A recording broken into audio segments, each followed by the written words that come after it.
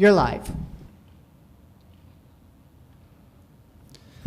Good evening. Welcome to the Planning and Zoning meeting. Today is Tuesday, July 22nd. Well, I'm Chair Thurston, and we have our first thing we need to kind of make a motion on tonight is we have Acosta via Zoom, and we just need to see if we can basically get a motion to allow Commissioner Acosta to participate via Zoom. I make a motion to allow Commissioner Acosta to participate virtually tonight. I second. Okay. All in favor of allowing Commissioner Acosta to participate online? Aye. Aye. Yes. Okay. Thank you. All right. And does anybody have any conflicts of interest tonight with the agenda? I personally have one because it's my own property, so I will be stepping out during that one. Other than that, moving on to public participation, is there anybody in the audience that wishes to have some public participation that is not regarding the two items on the agenda tonight? All right, seeing none, we'll move on. Can we get also a motion to accept the agenda the way that it is? Also, this also accepts the meeting, the minutes of last meeting. So, I'll make a motion to approve tonight's agenda. I second. This is for the acceptance of the agenda. Commissioner McCaslin? Aye. Commissioner Smith? Yes. Commissioner Connor? Or Murray? Sorry, I always do that. Abstain because I wasn't there. You can't abstain. Yes. Commissioner Kaiser? Yes. Commissioner Acosta? Yes. And Chair? yes. Thank you.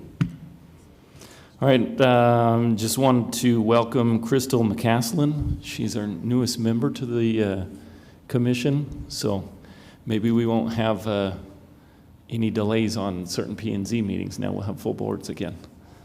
So welcome. We're glad you're here. Moving on, it's the first item on here, item 6.1, and we're going to turn it over to staff for the presentation. Good evening, Commission. Oh, wait, I messed up. Okay. I have to have a motion to hear item 6.1. And a second. I move to hear item 6.1. I second. Okay, go ahead, Sarah.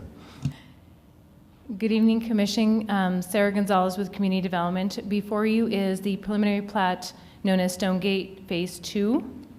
The property is located on the north side of Settlers Pass, east of Roadrunner Parkway. It is currently vacant and undeveloped land. It is following our 2001 zoning code, so the zoning is single-family R1A, medium density. The Rancho Del Rey master plan, in which this is a part of, was annexed in and approved in 1997. There was one or two modifications done. 2004, the modification was to adjust the boundaries in order to realign essentially Settlers Pass and to rename some of the tracts that were located within them and make them parcels. When you're located as tracts or designated as tracts, they become undevelopable. You make them parcels so you can now develop the land. The second modification was done in 2012, which increased essentially the multifamily density that was going to be permitted within the within the master plan.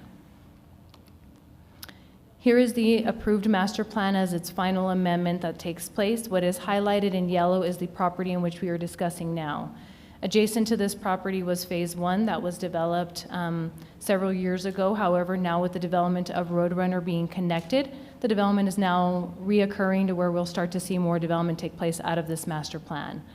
Currently, there has only been 15 acres that has been developed in this master plan. This will basically take them to about 41 acres out of the total 279.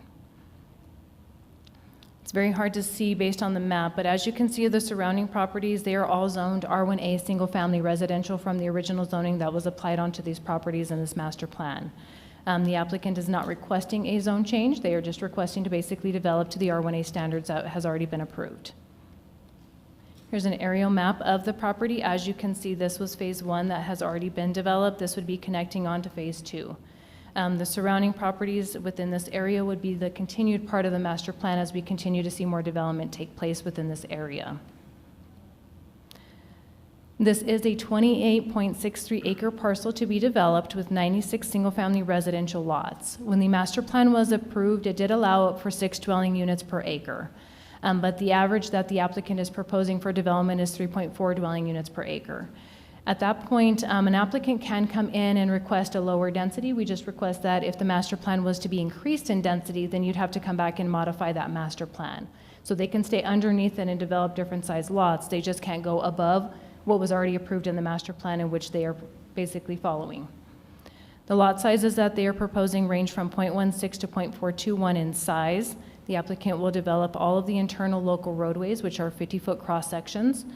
And then they will also construct Settlers Pass, and that's why it was highlighted in the previous slide. This will now give us that connecting road to where it's actually a complete street going up and essentially to Rinconada Boulevard, creating those lanes. The only portion that would not be developed with this would be the sidewalk on the south side. As that development comes in, then the sidewalks would be installed, but we would essentially have a 4-lane road that would now basically be moving traffic in and out of that area.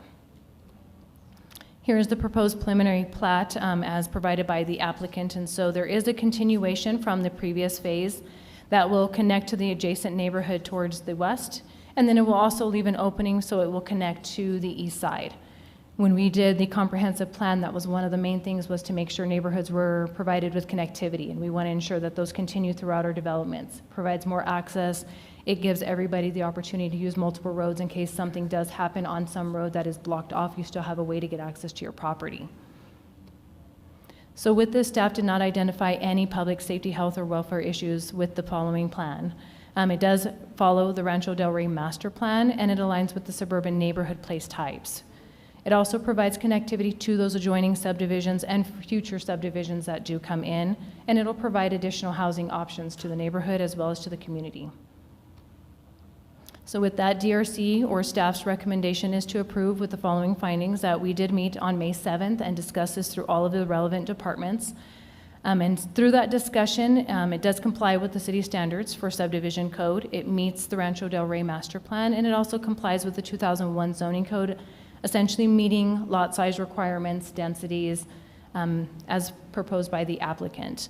One thing to note from the DRC meeting was that there was a discussion about when the park would be dedicated or basically built within the subdivision.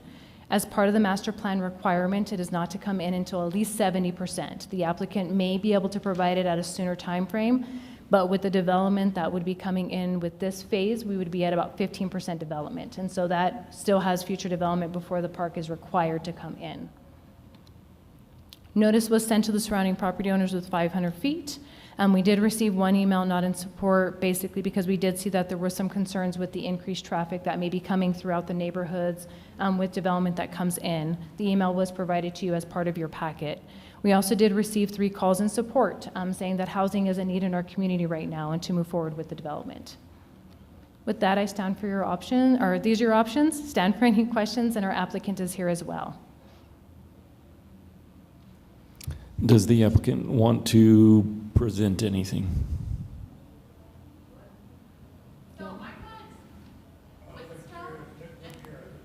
Okay. Okay. Well, if you're going to speak, we got to have you come up to the mic. But right now, I'm just asking not for public participation yet. I'm just wanting to see for if the applicant has a presentation is all. Mr. Chair, the applicant does not have anything extra. All right, I'm going to open it up to the commissioners. Do you guys have any questions for Sarah? All right, now for public participation, go ahead and come up to the mic if you like, and we're going to give you 3 minutes.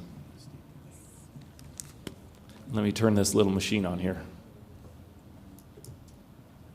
So I'm on actual Whitstone, and I have... Hold on 1 sec, sorry. I got to swear you in. Oh, sorry. Do you swear or affirm that the testimony you're about to give is the truth and nothing but the truth under penalty of law? Yes. Thanks. And then what's your name? Hope Cabrales. Thank you. So I live on 2120 Woodstone. I had sent the email and that I was not like in agreement with the build because we would be the ones affected with the amount of traffic behind us. Like it looked from what I saw, we would possibly have 3 or 2 people behind our quarter of an acre lot. So that means we would have like more neighbors in the back of us.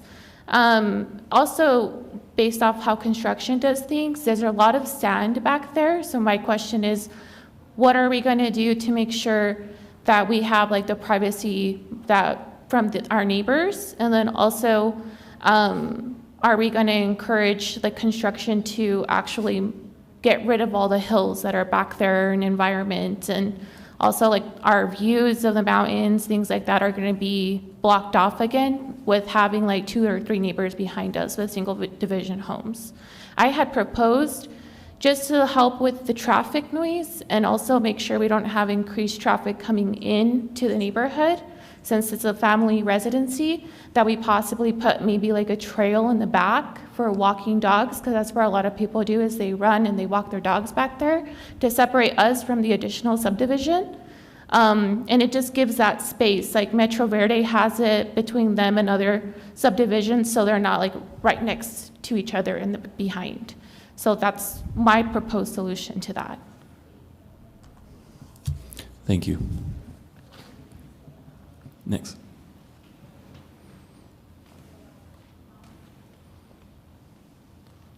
My name, do you need to swear me in, or? Yes, I do. Thank you for reminding me. Do you swear or affirm that the testimony you're about to give is the truth and nothing but the truth under penalty of law? Yes. Thank you.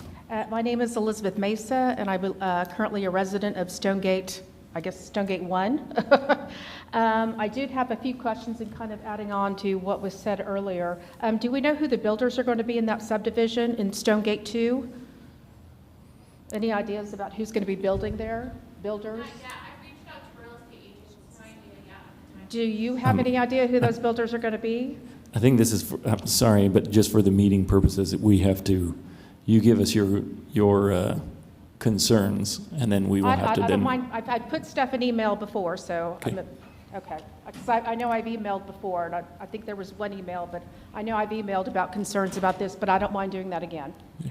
Where do I send that email? No, to? you just say it over, what your concerns are over the mic, Oh, okay. and then we'll address it back. Oh, okay. Oh, I see. Okay, so I just would like to know who the builders are going to be. That's a little bit of a concern. I'm glad to see that the lot sizes are going to be a pretty decent size. Speaking of the subdivision next to, what is going to be the mitigation of the wildlife? I know that there's a lot of potentially coyotes back there. There's a lot of snakes, and whenever you start disrupting that area, that's going to come over to our subdivision. So I'd like to know what the mitigation is going to be regarding that.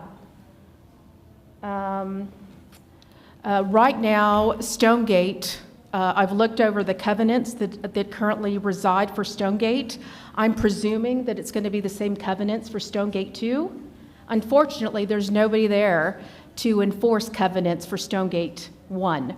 So I have a big concern there in that the covenants, there's nobody that, I can't remember the name of the organization themselves, but there's nobody there to govern any sort of covenants. So we're stuck calling the city if there's any sort of issues, but there's nobody there to address any covenant concerns. So if it's just a matter of copying and sending that PDF to the new residents, you've got to have something to back it up, somebody that's going to enforce those covenants, okay? We talked about the traffic.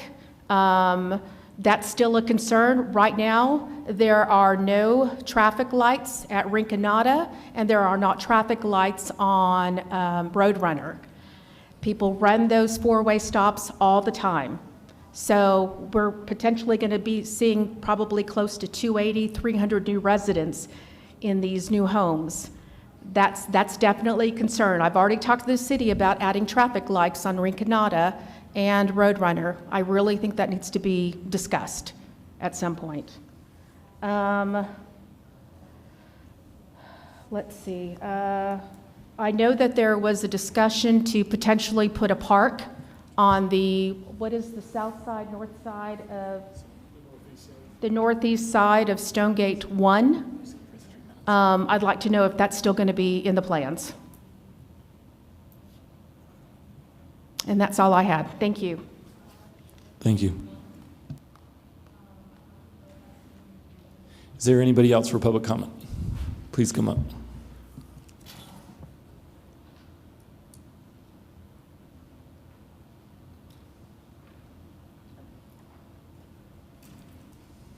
All right, do you swear or affirm that the testimony you're about to give is the truth and nothing but the truth under penalty of law? Yes, Thank you. And please state your name. Linda Courtney. I also live on Whitstone, and I'm concerned if the new properties are going to come right up against our properties, or if there's going to be some kind of space in between. And also the traffic on Settlers Pass right now. People drive like 50, 60 miles an hour from Rinconada to Roadrunner in a 35-mile-an-hour zone, and we need some kind of like flashing speed light or something. I mean, it's very difficult even to come out of Whitstone because there's a slight dip on Settlers Pass. You can't see the people coming, and when they're coming like 60 miles an hour, they're right on top of you when you try to get out.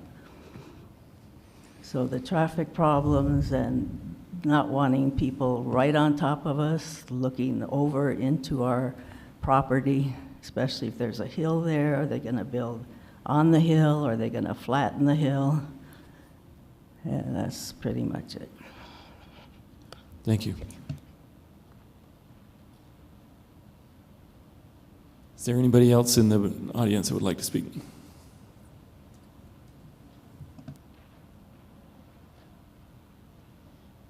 Good afternoon. 1 second. Do you swear or affirm that the testimony you're about to give is the truth and nothing but the truth under penalty of law? Yes, I do. Thanks, and please state your name.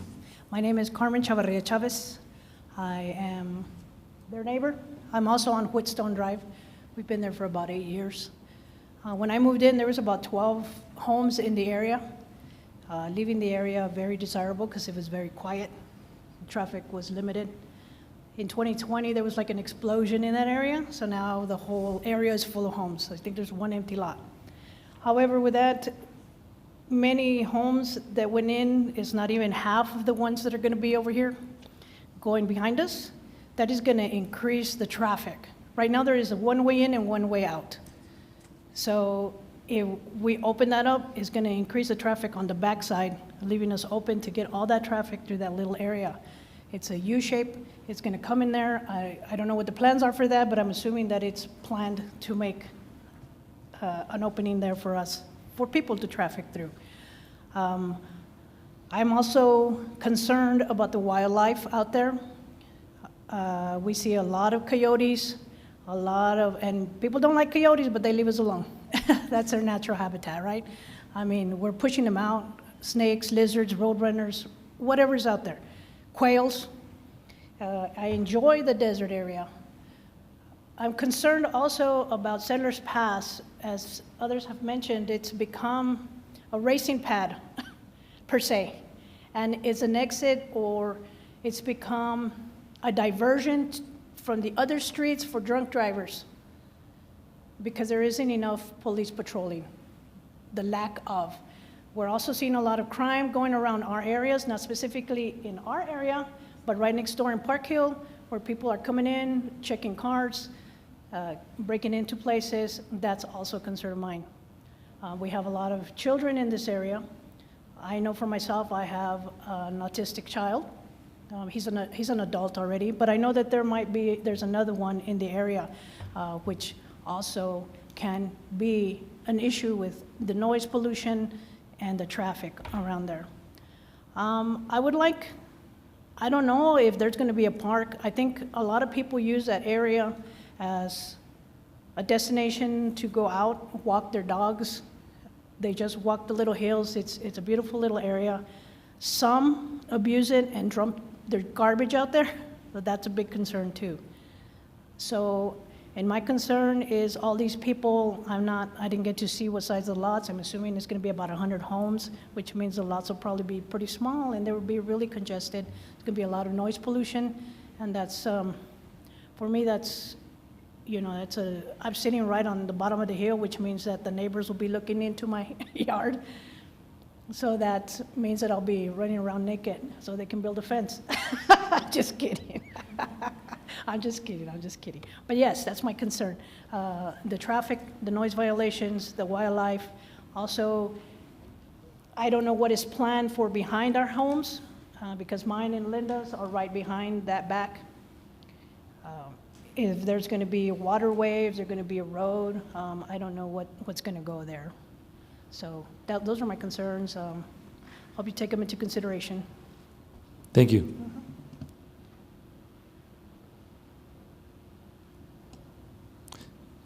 Anybody else, public participation?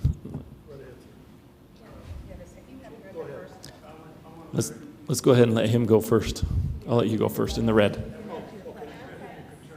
Yeah.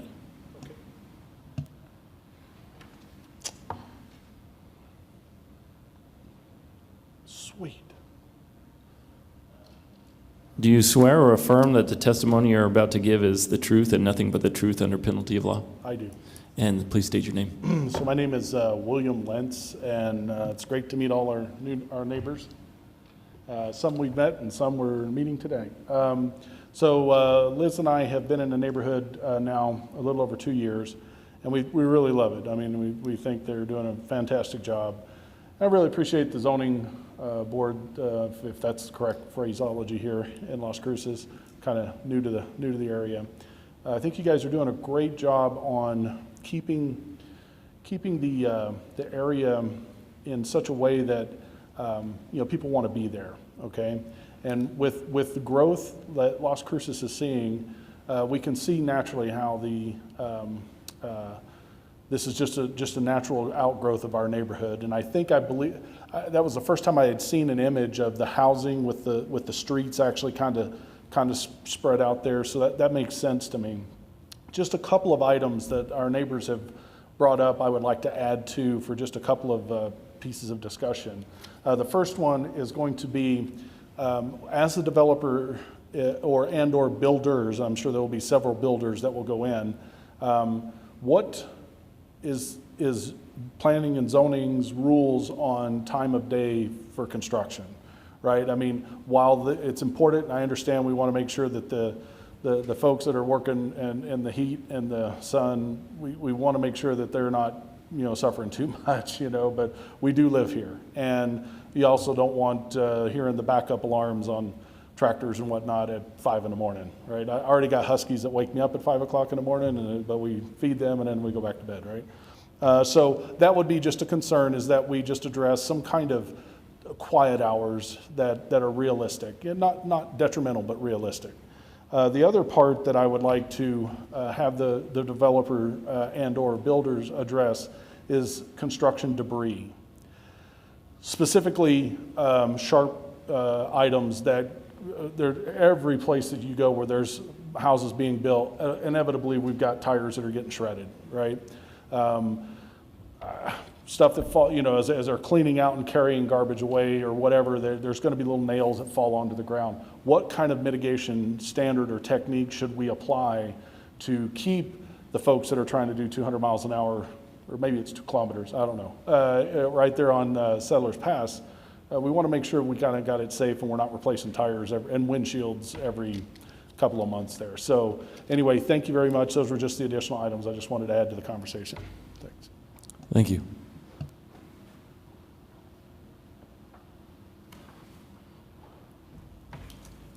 Do you swear or affirm that the testimony you are about to give is the truth and nothing but the truth under penalty of law? Yes. My name is Darvin Wicke. I live close to the area under development or proposed plat area in Rincon Hills, and I ride that on my electric bike. I just want to say I am looking forward to the road being finished there with the separated sides, so that there's actually a place for me to ride and not be close to traffic. I do understand, and I can empathize with owners here that have spoken. I too face a lot of the concerns that they have, but I also recognize that we do need housing. And that is something that is, it's that struggle between growth and not growth, and how do we grow, and do we want to grow, and everything like that. And I also realize a lot of that happens outside of this committee as well, with city council and setting zonings and stuff like that. At the same time, also, I love freedom. And I do believe that there are freedoms of owning a piece of land and using it to the highest and best use, or whatever use you see fit to use it. And the city sets the rules on what that is. And so I just, I'm a little torn, but I am in favor of freedom all the way. And so I would encourage you to approve that. Thanks. Mr. Benz.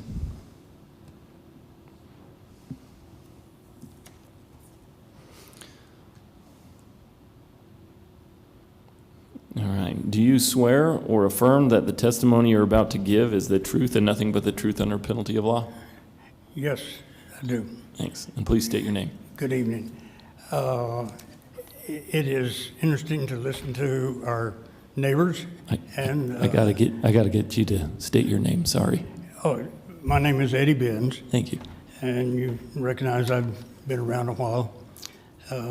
We built a few houses in Las Cruces, and have enjoyed working with the neighborhood, helping build the city and build something we can all be proud of. Back specifically to some of the concerns here, one item was the time of the building of the buildings. Early on, it was represented that this would be developed in 3 phases, developing 30-some odd lots at each individual phase, and they would be moved forward as marketing takes place. Marketing in Las Cruces is unpredictable. We can have years that we can sell hundreds of homes, and we can have years that we sell 1 or 2 homes. And and a builder's at the mercy of the market quite frequently. My thoughts are in stepping this through 3 steps to do it. That'll take care of some of the problems that people are concerned with, of having vacant land and vacant lots in various areas. One of the things that I would like to bring to everybody's attention, the chart on this said this land was initially planned in 1975, 97. Anyway, a long time ago. There's about 600 acres in the project.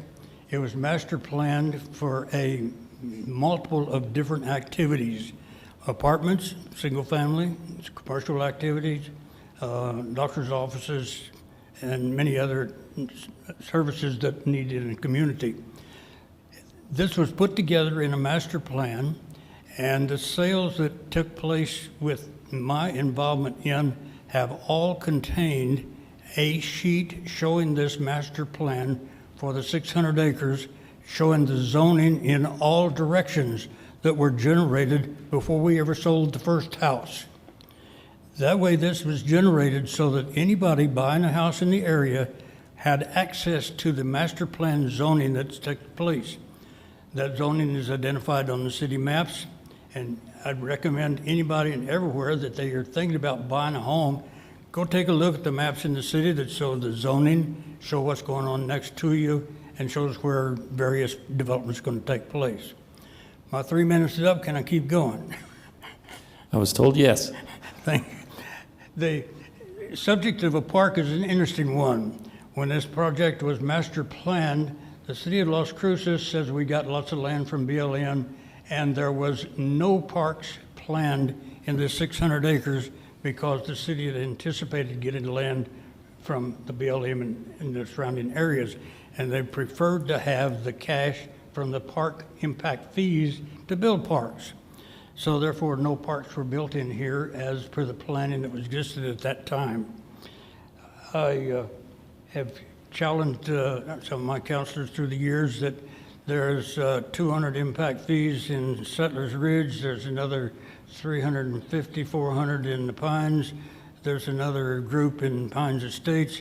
So there's a lot of money that has been collected by the city to put a park in. And unfortunately, it has been used in other parts of the city rather than this area. In the current planning, it become obvious that a park is desirable, and everybody wants a park, but not always in their backyard. So it gets to be a challenge of where do you put a park, and do you put a park before you build the houses or after? Because no one wants a park after they've got the house, they want it before.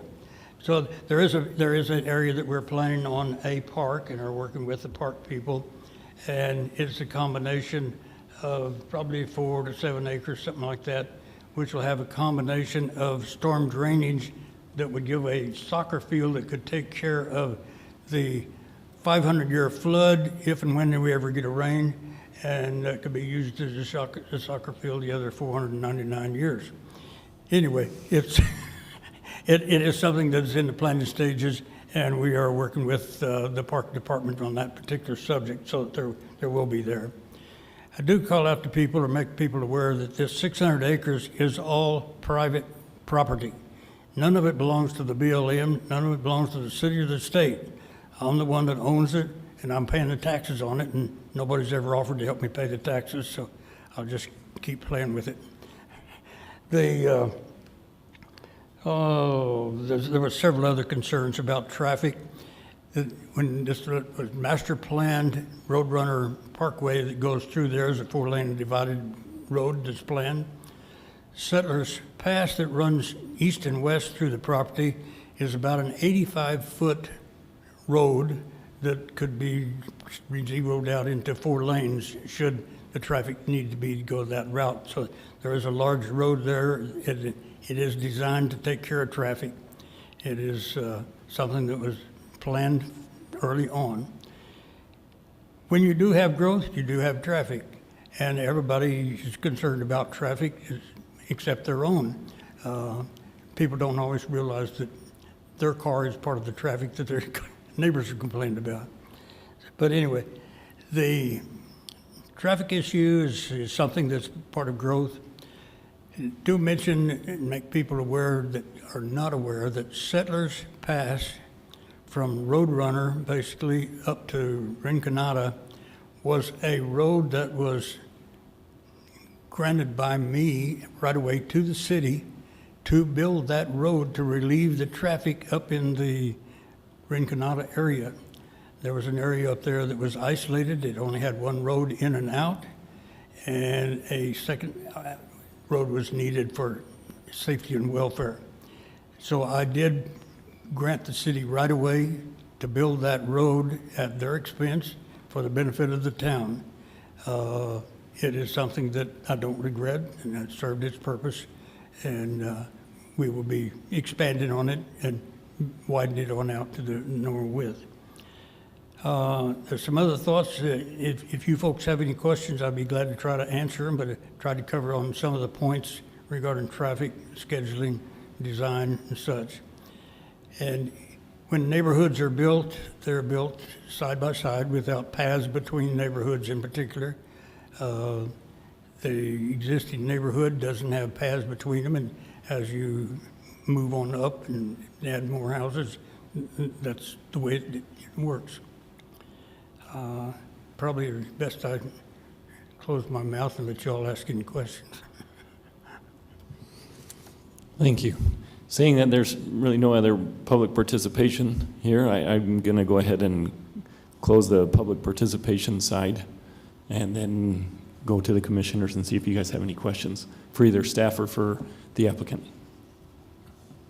Actually, I had several questions, but Mr. Benz, you actually answered every one of them. So, I do want to just make a comment concerning this area. I mean, I've been living here for 27 years, and I remember when this area was just open desert.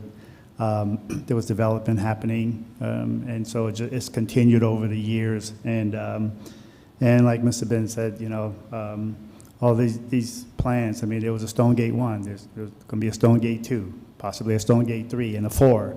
So it's difficult to kind of, you know, put the pony back in the barn, you know, when these plans have been in place for many, many years. And, you know, I'm very sensitive about the concerns of growth and traffic, you know, in the community.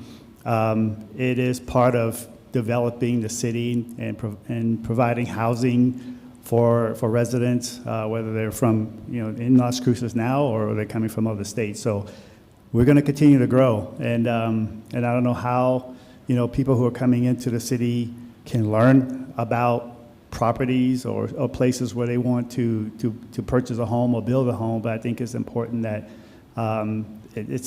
you educate yourself as far as like where you're going to build or where you're going to buy a home, because you can look around and see that this is the area that's going to develop. I happen to work for the BLM, and I'm one of the park rangers, and I have watched over the last 10 years the area around the Donianas, East Mesa, Red Hawk.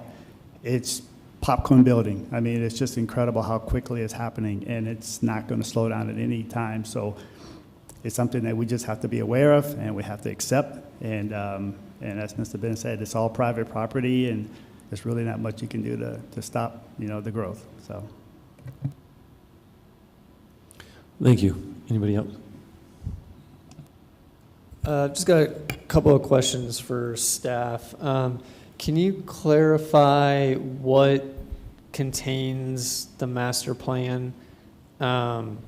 It seems like it's probably straddling Settlers Pass. Is that correct?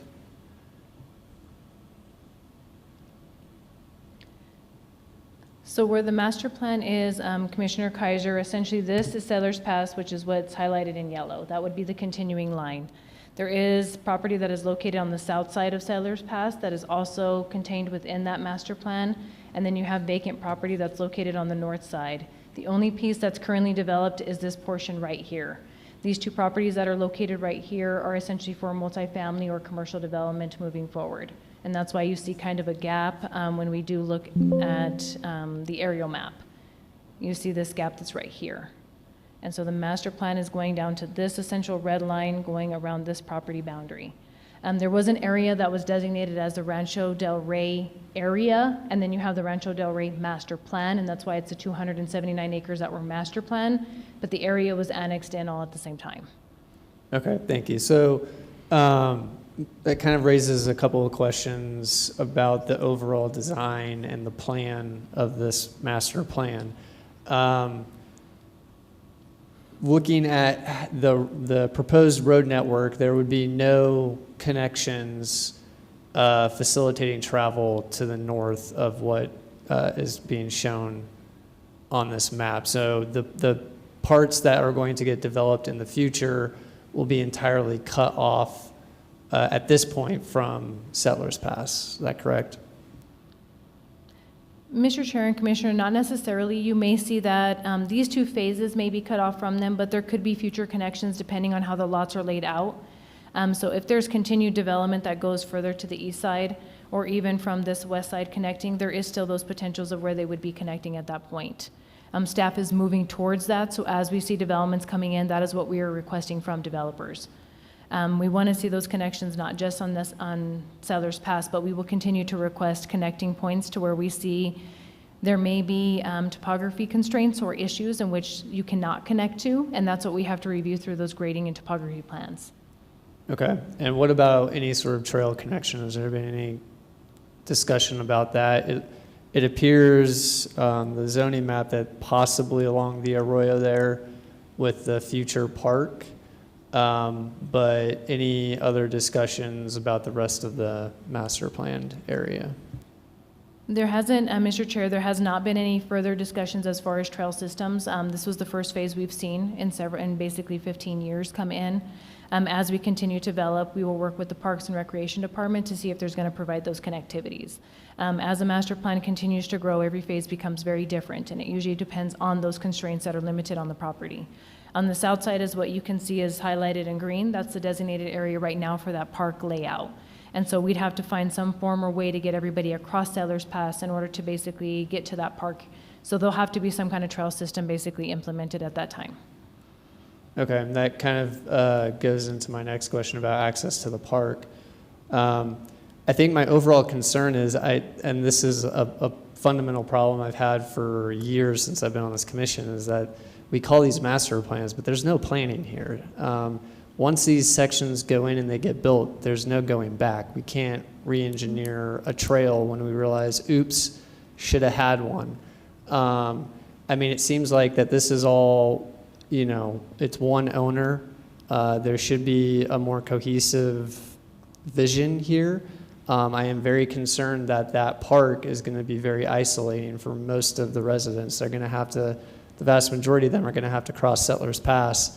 And as this thing continues to get built out, that's going to be a total nightmare. And I just don't understand how we can continue to allow development that just, it's ad hoc. There's really no plan behind this.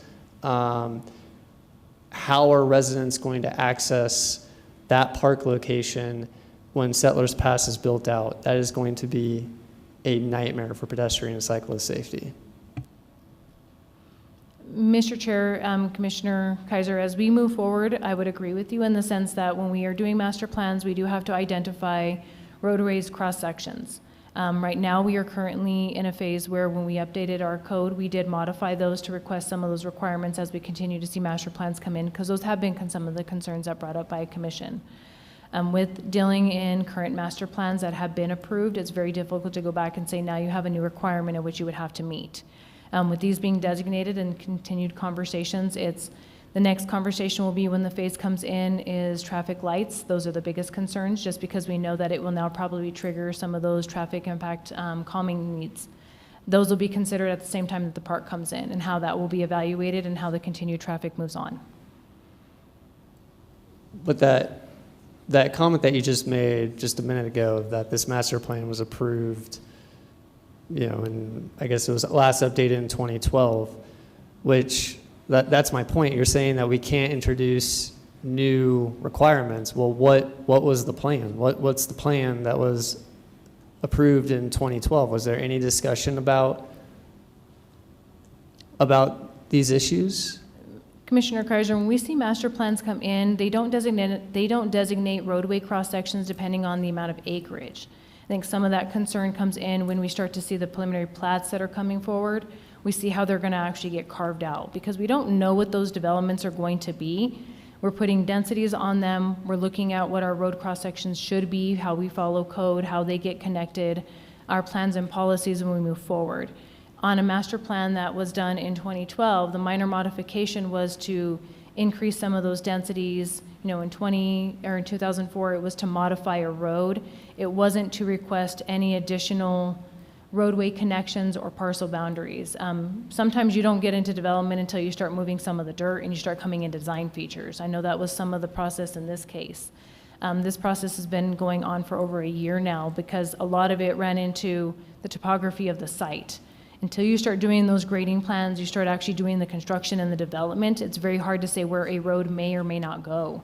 Some of those get modified through plans, and that's where we see those changes happening. You won't see them in an area that says, we want to designate so many properties for this many acres with zoning.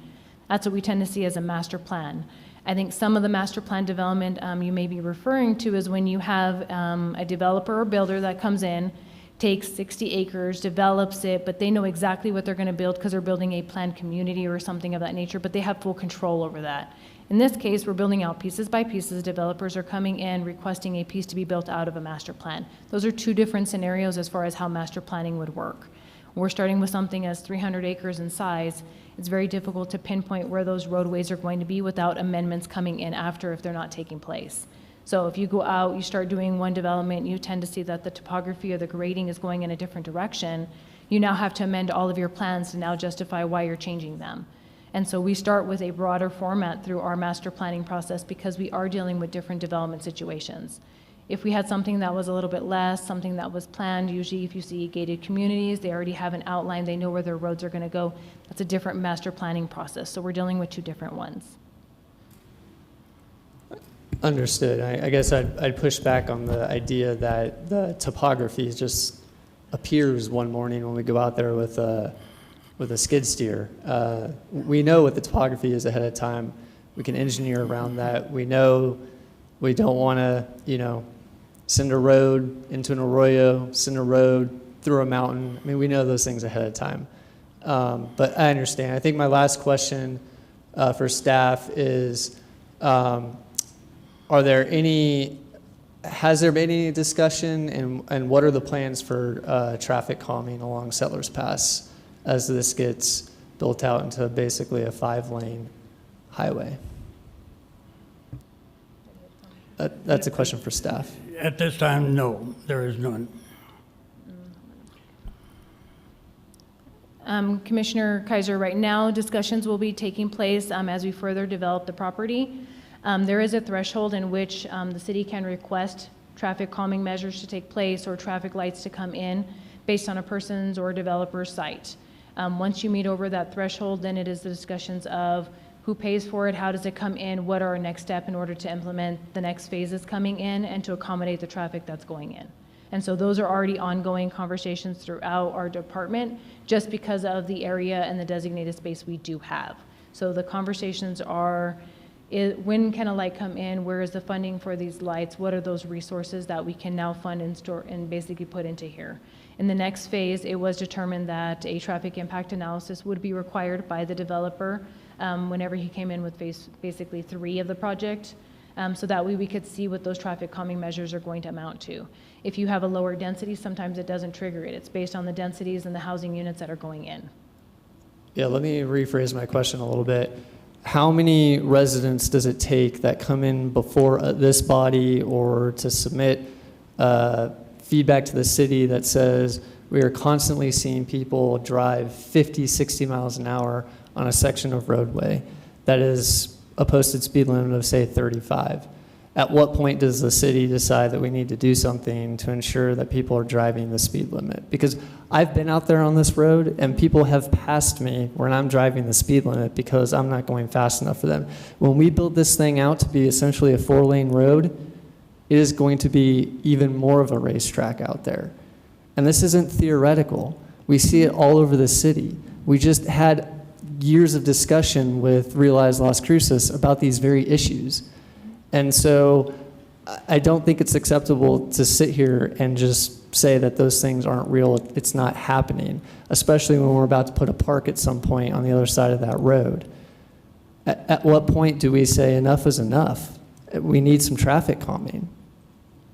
Mr. Chair, Commissioner Kaiser, that is what traffic impact analysis are for. They identify how many people are using the roadways, what are the issues or concerns that are brought up, and then what traffic measures should be implemented based on each road. You can drive down Del Rey, you can see the same kind of impacts that are along those roadways. Wider roadways, it's based on speed limit, they can be posted, but it doesn't necessarily mean that there is a way to mitigate every single scenario that's going to come in. So as we continue to see traffic impact analysis come in, that is what's defining how a roadway should be developed. That's why we made the technical manual to follow whatever traffic manual was going to be better in this case. And so when we're using these multiple books of traffic calming and measures and developments coming in, that is why those reports come into us and say, these are what needs to happen because your area is growing. Now it's the impact, now it is that time. We do see that a lot of the developments will come in and then they will trigger those street lights to come in with them along with those. It's having the conversations with multiple developers in order to get those installed and implemented into where they become part of their plan before development extends growth. That's not always the easiest conversation. We do have to have them with developers and surrounding property owners that may be impacted as well. As growth continues on vacant properties, and we see them all the time, we have to work with our traffic engineers, the city departments, and then the public to say what is going to be those needs. And those reports definitely will generate a lot of that information for us. I have no further questions. Excuse me, could I add a comment? Unfortunately, it is not on the screen to show you, but when I say a master plan, unfortunately, Sarah doesn't have it on the screen. It is master plan. Roads are laid out. Sewer lines are laid out. This isn't to go out with a skid steer in the morning and do something. But the master plan shows where the roads are going to go. It identifies the different tracts of land for different purposes, whether it be apartments or whether it be houses. So that this is planned and the roads are laid out on the topography so that they are draining and handling the traffic in a safe manner. So this isn't haphazard. The master plan I'm referring to is a document that shows the roads, the various activities and such. And I would feedback on the finished product. The High Range neighborhood is one that I was involved in from day one. The Roadrunner Parkway going through there is a raceway. But we have traffic, we have radar, and we put it under control. And that's what has to take place when you have instances where traffic is accelerated and speeding beyond. But the planning that took place in High Range is a good example of master planning. Same thing took place in Sonoma Ranch when it came on, and the same type of planning is what's taking place here. It's not haphazard, it's master planning, because we're putting sewer lines in, we're putting water lines in, where roadways and where feeders are going to go so that it's done intelligently. Thank you. Anybody else have any questions? I'm going to ask if Acosta online has any questions. I do have a question for staff. She's ready for you. Sarah, I just need to know, is Settlers Pass going to be classified as a main arterial road or a collector? Do you know that? Mr. Chair and Commissioner Acosta, it is a collector right-of-way. That's why it's classified as an 80-foot wide cross-section. Okay, thank you for that clarification. Is that all your questions? Yes, thank you, Mr. Chair. Thank you. I only have one question. What's kind of, is this an application in the realized Las Cruces, or is it in the former code? Which one is this one falling under? Mr. Chair, this is following our 2001 zoning code. Okay. So when is the cutoff? Right now, because we are in transition, our development standards will take place in January of 2026 for Realize Las Cruces to be the only code in which we're moving forward with. Now, master plans are a little bit different just because they were already master plan properties, and so we're working with the developers because we do have to find a zoning that would essentially be compatible or comparable to what the master plan was originally approved with. So we will follow through with the master planning zoning as originally documented from the codes in which they were implemented and put into place.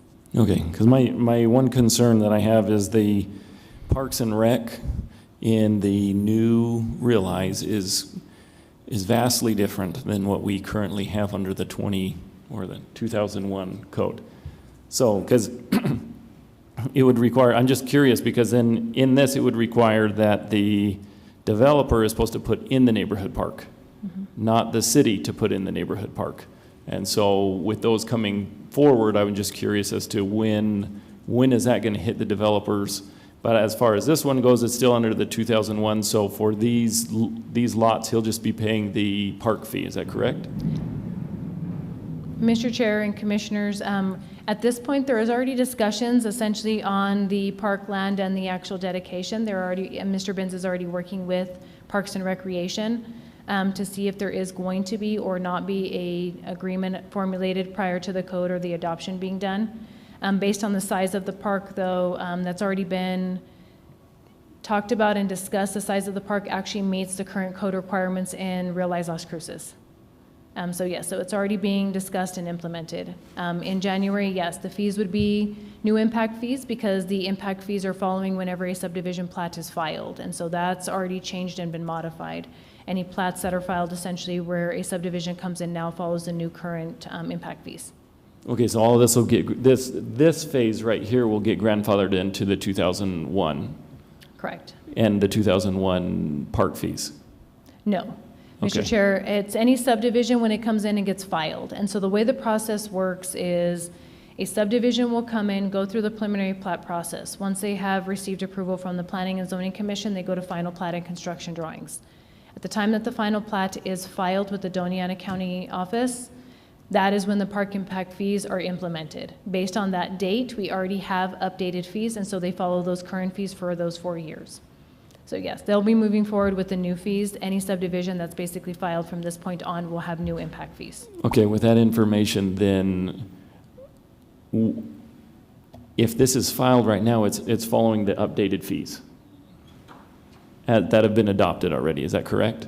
Mr. Chair, that's correct. If you were to Okay, come in so- today and file it at the county office, it's going to follow the new impact fees. The discussion comes down to the parkland dedication and improvements. That is the current discussion moving forward with the Parks and Recreation Department. Okay, but Two different processes. there is a fee in there that I'm under, if I understand this properly, which I probably don't because it's, but there's a fee in there that the developer is supposed to pay, or a fee in lieu just for the neighborhood parks now. And then there, on top of that, there's a fee. being Mr. told Chair, no. you are correct. And so you have two different processes of which you're outlining. You have the master planning and subdivision process in which the developer is required to dedicate the required land and build the park as part of their subdivision development. Then you have the second portion in which a builder will come in, develop a home, and they require an impact fee at that point. So there's two different processes, two different steps. The step we're discussing tonight would be when the applicant comes back with the park land, they are to dedicate it. So there's a subdivision process and the actual impact fee process, two different phases. Okay, so those two, the fee in lieu is not required as long as we're giving the land. Is that right? The land and the neighborhood park. Mr. Chair, that is correct. The fee in lieu is only coming in whenever we see a development that maybe is coming in with 30 lots and doesn't have the land to dedicate. Then we would see the payment in lieu coming forward because there's not enough land to actually provide a decent park for the neighborhood to actually be using.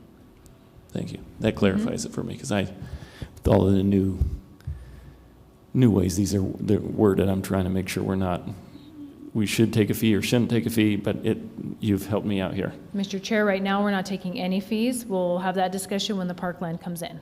Perfect. Anybody else? I have one quick question. This is for Mr. Benz. Commissioner Kaiser's concerns actually triggered this question.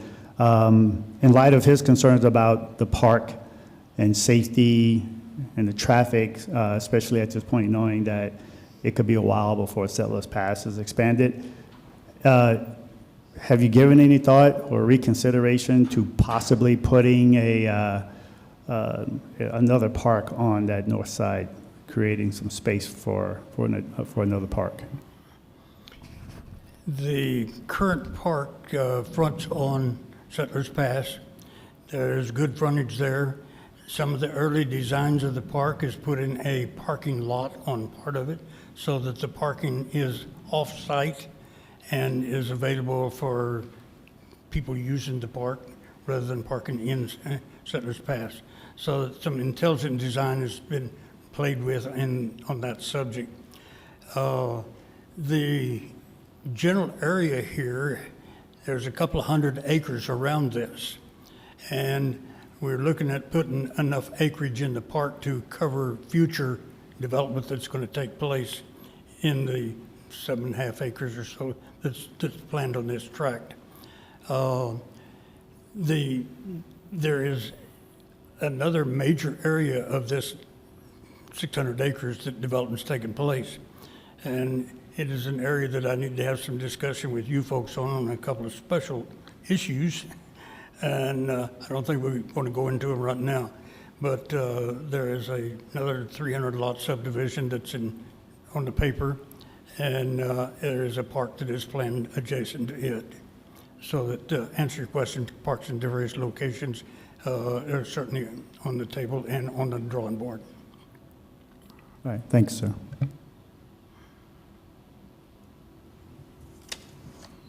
All right, I think that brings us to the screen where we need a motion.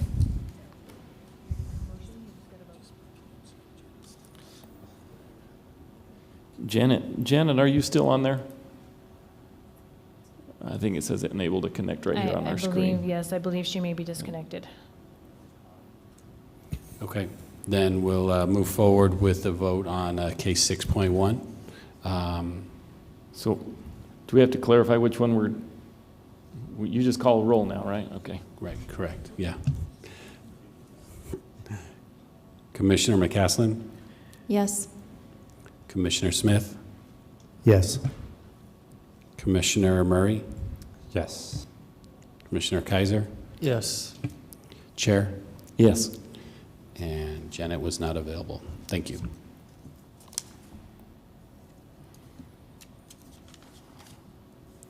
All right, for the next one, I am going to have to excuse myself.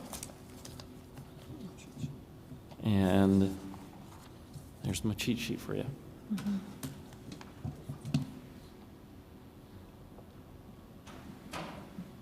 All right. We will let Chair Thurston exit the room before we move on to our next item. Don't get struck by lightning. All right. So I guess the way we do this now is looking for a motion to hear item 6.2. I move that we hear item 6.2 on the agenda. I second. Turn it over to staff. Okay, before you is going to be a outdoor lighting variance request for 4050 Longview Lane. We start out with essentially the aerial of the property. As you can see, this is going to be extended from Settlers Pass onto Longview Lane, which gets essentially to Engler and Thurman. Is a single-family residential lot with a single-family home and accessory building, and there is a field located within the property. A lot of the properties that are around this area were annexed into the city and considered essentially a rural zone. And we are seeing development that is taking place as far as the single-family residential going in now of a higher density. Here is the zoning map of the subject property as along with the area. This is going to be our neighborhood 1 zones. It is following Realize Las Cruces adopted code. And so essentially the property is still single family, has densities that are up to 16 dwelling units per acre, but that would be outside of the purview for this variance. Under Realize Las Cruces 38-9, the outdoor lighting zone is LZ1, which refers more to our residential zoning districts. There is a maximum of 450 lumens per fixture that is available on each property. Code is silent, however, when it does come to recreational facilities or field lighting when it is on a residential private property. So additional case specifics, the property is a 5-acre lot. It does contain a private recreational field. There has been 6 poles put onto the property that are approximately 25 to 27 feet in height. They are separated about 73 to 76 feet apart. There are 3 on the north side, 3 on the south side of the soccer field or recreational field that's built. Each fixture is at a lumen of 30,924. So the variance request before you this evening would be to 30,474 per fixture. The first light pole, as part of consideration, would be it's 95 feet from the front property line. But I would say that's also extended because they do have a road easement on their property. So when dedication is provided, it would still be at 95 feet. It's really more about 145 feet, essentially, from the property, because there is dedication for road easement if it ever is needed for that road to be built out. The applicant has provided the justification that it will be used for family activities and gatherings. The lights will not remain on for extended hours, and they're not triggered by any motion sensors. Trees have been planted along the entire south side in order to basically shield from the property boundary on the south side whenever it is to be developed, so that way the lights are not reflecting into the property. Also, the lights will be used intermittently and responsibly. The idea would be is to use these lights only whenever they're outdoors, just because they are located within those rural areas. Some of the safety concerns because of the natural wildlife out in the areas is to be visible. Here's a site plan of the subject property. As you can see, each light pole is about 74 or so feet separation. These are the 6 light poles. This would be the 95-foot buffer to the property. This area is still considered the property boundary, but it is a road easement, and that's why the wall has been constructed in a different location. I provided these image. This would be me standing essentially in front of the owner's property from the street view. So if this road was to be dedicated, this would be essentially where you would see. Here are the light poles that are erected onto the property. These are the designs essentially. So it is a single pole that has 2 basically flat lights that are located on the top and directly into the recreational field. In these images through here, trees have been planted all the way along the boundary wall, which is going to separate them from the south boundary. Here's another image essentially of what those light poles look like from view of essentially entering that property. Staff did not identify any health, safety, or welfare issues based on the property of the proposal. We understand that this is a private residential recreational use that was not considered whenever we reviewed Realize Las Cruces and updated our outdoor lighting ordinance. Private recreational facilities should be considered for all properties as we continue to move forward. A lot of people are putting basketball courts, trampolines, things are located within front yards, side yards, backyards in order to keep kids, from recreation at home as well. And so it's basically you have your own recreational fields. Recreation activities are limited in rural areas as we do not tend to see as many parks that are being developed because of large lots. They're not basically coming in with development. You will see that the closest one to this property is over a quarter mile, which is what is the recommendation by Elevate Las Cruces. The other consideration is, once again, natural vegetation and wildlife. They do exist within this area because it is so rural. You will still see some of that out there. So if your children are out playing, the consideration would be is that you need enough lighting in order to support what you're seeing outside when you are.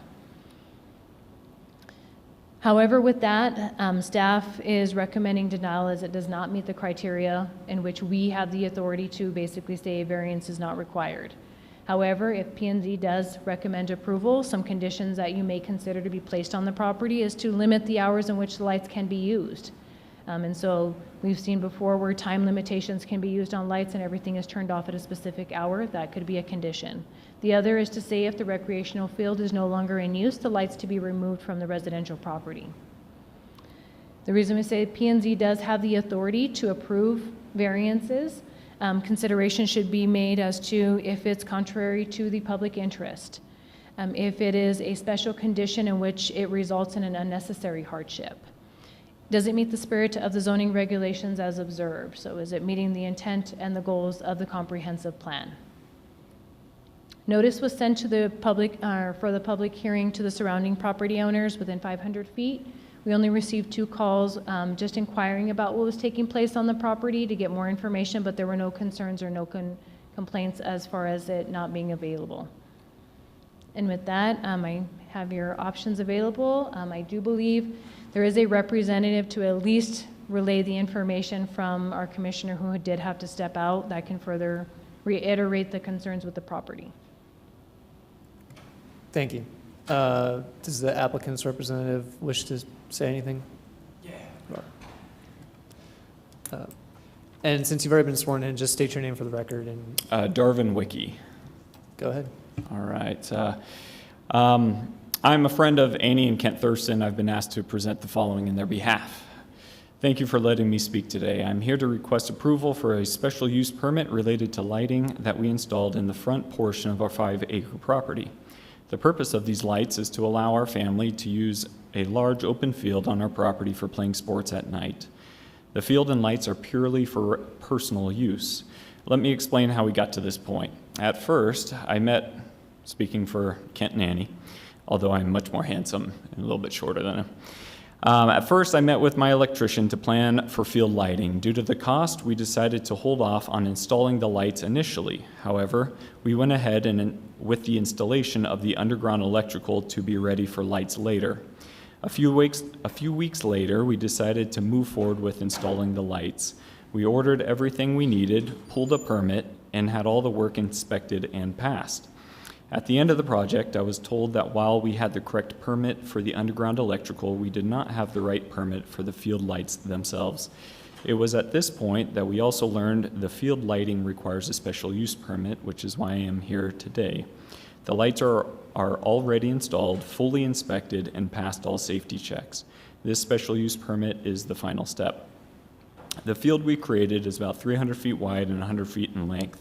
The field is meant to be a safe space for our kids, extended family, and friends to play and gather.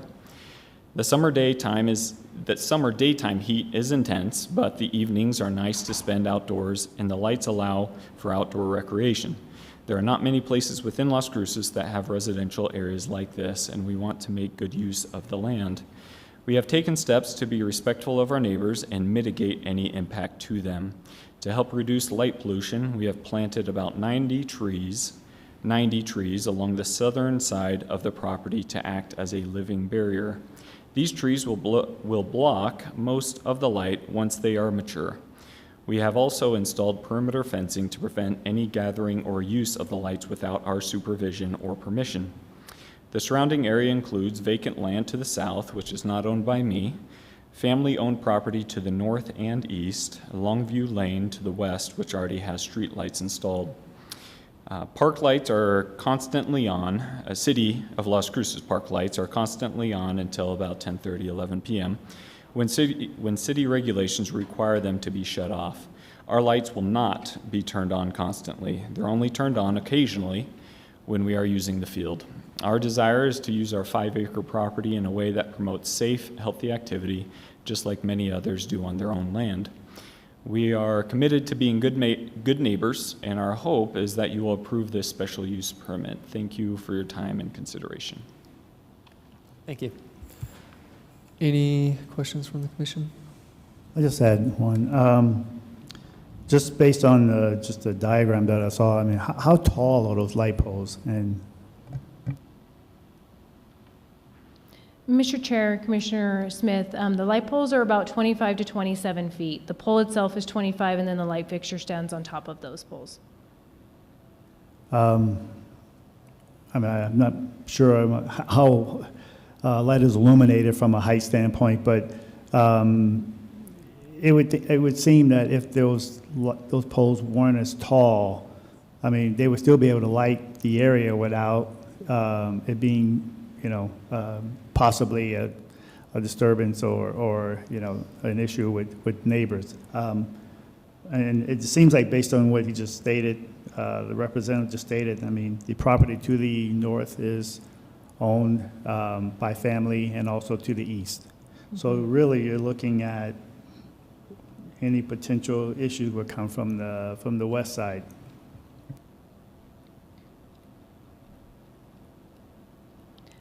Mr. Chair, Commissioner Enrico, I believe, and that's why the applicant, because of where this is located, the home right here would be blocking any of that light that would be reflecting, and that's why they planted essentially almost 100 trees down here to create that buffer, so as they continue to grow, it will shield that light. All of our lights are still required to basically go down, so that way they are not spread out as far. And so you're looking at them from a down version. So you're doing the same thing that you would be doing with the city lights, as it projects to a certain degree and then it's supposed to be reflected down, but you're covering space.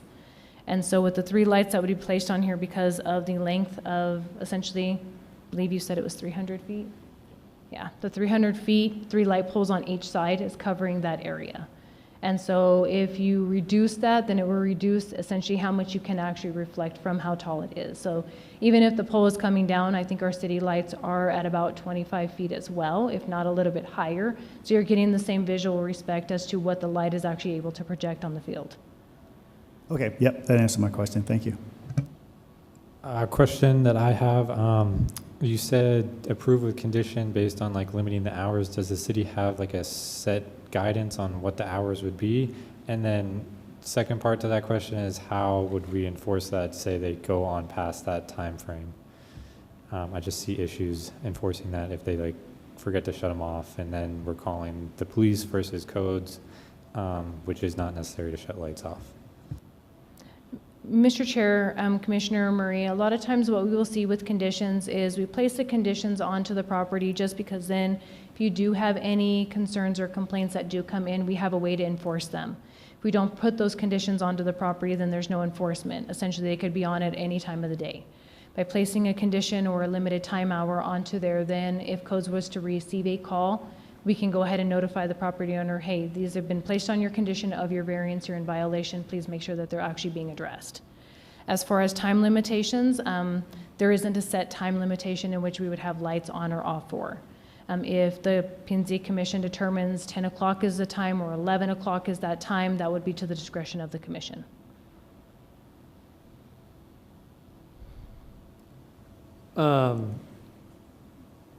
It's just one clarifying question around the use aspect of this. I know you mentioned in both the staff report and your presentation, I think, that this is sort of a private recreation use, but I just want to clarify, though, that private recreation would mean that the public could still have access to said facility, like it's being rented out, or public can access the facility or amenity, but that's not the case here. The case here is strictly for personal use, correct? Mr. Chair and Commissioner Kaiser, that is correct. It is the reason we're calling it a private field and not a public one. When we redid the code for Real Life Las Cruces, the allowances are now saying that it has to be a public field as opposed to a private. And that's why we made sure that it was basically for the personal use of private property. It would not be extended to anybody else. This would not be a facility that could be rented out. It would be used for only personal use, which is why the restriction would be, if the field is no longer to be used for those personal uses, one of the conditions would be to remove those lights so it doesn't further continue, because a variance lives with the land, it does not live with the owner. Okay.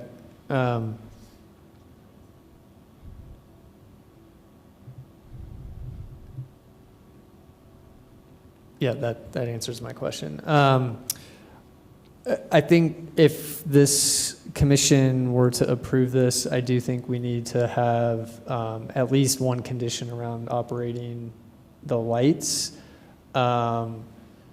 I think we at least need to have that. I would also be open to the second condition, which is if the field no longer is a field for the purpose in which they're before this committee, that they remove the lights. I believe the way that we do that now is we would need to make that motion separately, vote on it before we vote on the overall thing. Is that correct? Yes, that is correct. So whatever your conditions would be, that we would, yes. Okay, so I think what we do is let's get a motion for the two conditions that were listed by staff. For the limiting hours, I mean, I would think, need to be turned off by 10:30 p.m. at the latest. Seems reasonable.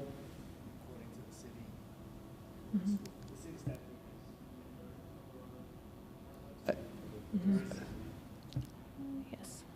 Sorry. Question for staff. Is there currently a city statute as far as like lights being off at a certain time? So there is, and we did look into that, and then I've lived that as well, playing pickleball down at Apodaca Park. So at Apodaca Park, they would shut off around 10:45, 10:50. I think from what we read, it said 11 o'clock for city parks, but not an expert though. Thank you. Okay, so I guess we can say 11 p.m. But I was just reminded we need to go to public comment first before we make the motion. So is there anybody who wishes to speak on this item? Seeing none? Well, oh, yes, sir. Please.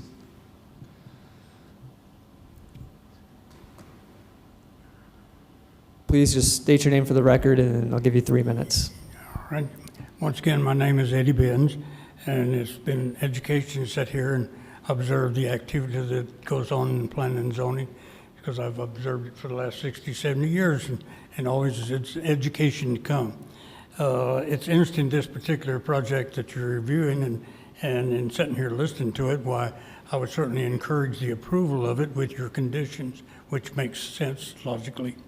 I had the occasion to visit with Mr. Thurston about possibly something of this played over in the Rancho Del Rey region in the Settlers Pass area, but I did not feel it would be compatible with the type of neighborhoods that I was dealing with, whereas the current location looks like it's a lot more feasible.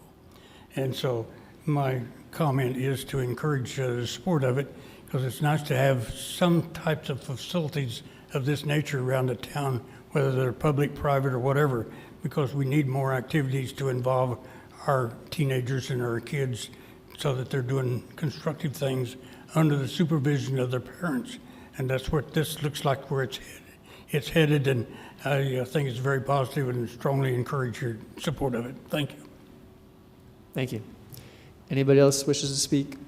All right, seeing none, we'll come back to the commission. So looking for a motion to add conditions. Need to state that it's 11 p.m. on that first condition of limiting the hours. So looking for a motion. I move that we approve this variance request with the recommended conditions of limiting the hours in which the lights can be used to 11 p.m. and also that the applicant shall remove the lights if the playing field is no longer used or removed. I second. Sorry. Okay, so this is on the vote to amend 6.2 to include limiting the hours to shut off at 11 p.m. and to remove the lights if the playing field is no longer used or removed. Commissioner McCaslin? Yes. Commissioner Smith? Yes. Commissioner Murray? Yes. Commissioner Kaiser? Yes. And Commissioner Acosta, can you hear us? Yes. Is that a yes, you can hear us, or a yes for your vote? Yes and yes. Okay, thank you. Glad we were able to get Commissioner Acosta back on. So now we're looking for a vote to either approve or deny the variance. Since the conditions have been approved, if we were to vote yes to approve, the conditions would be attached. I would make a motion to approve the variance as stated with the conditions.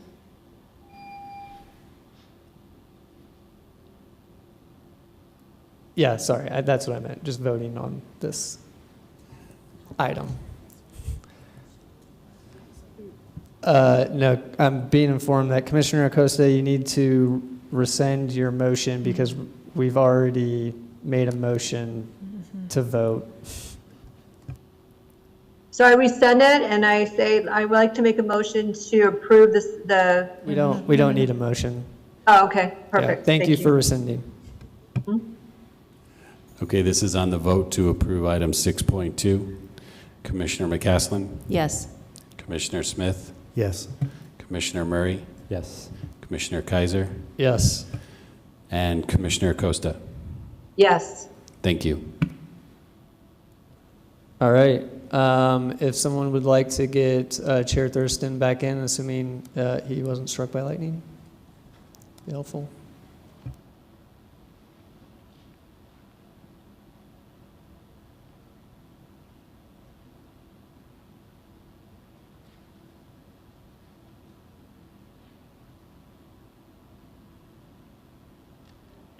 He is tall.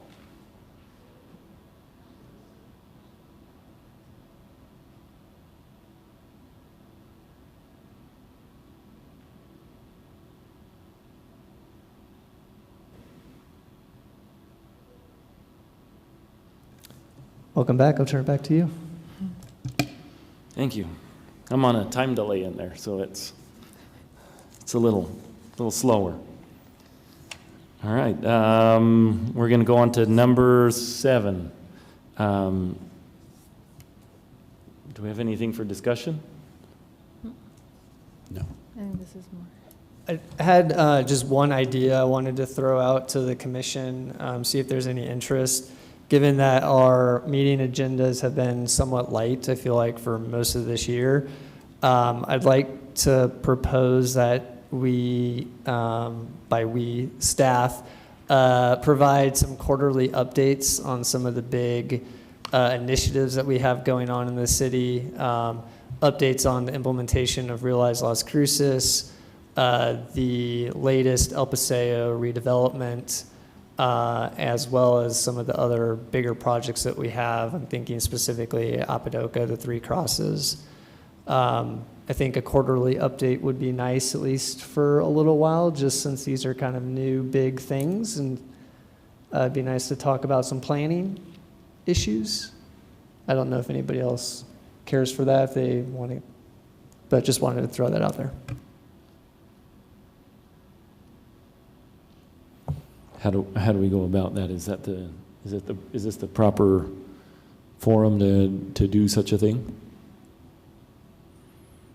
Mr. Chair, Commissioner Kaiser, I mean, if you're just suggesting that is something that we can discuss amongst staff, or if you're trying to have a discussion amongst the rest of the commission, I would be a little hesitant to bring certain things in front of this body at certain times if it's a project that's not necessarily a private development that may be not necessarily ready to come to P&Z for some sort of a discussion. I would just be careful on some of those projects. If it's a city initiative that's being led, then certainly staff can come give a presentation. But I would just use that as a sort of the guide between which projects we bring for discussion. Totally understand. I would leave it to staff for your discretion, but I think just with Three Crosses, that's the biggest redevelopment we've ever seen in the city. I think having some updates would be nice, but certainly understand the balance there. So I would leave that to you all, but I think given that we've had a light agenda, just showing up for, I mean, tonight was a little bit longer than I was anticipating it to be, but I mean, we've had some meetings that have literally been 20 minutes. I think those would be great opportunities to just get some updates on some of the big things that we've recently seen. Anybody else for any discussion? All right, we're going to move on to staff announcements. Does staff have any announcements for us? No, no announcements from staff. All right. Do we have to have a motion to adjourn? I'll make a motion to adjourn. I second. All in favor? Aye. Aye. Aye. Thank you. Thank you.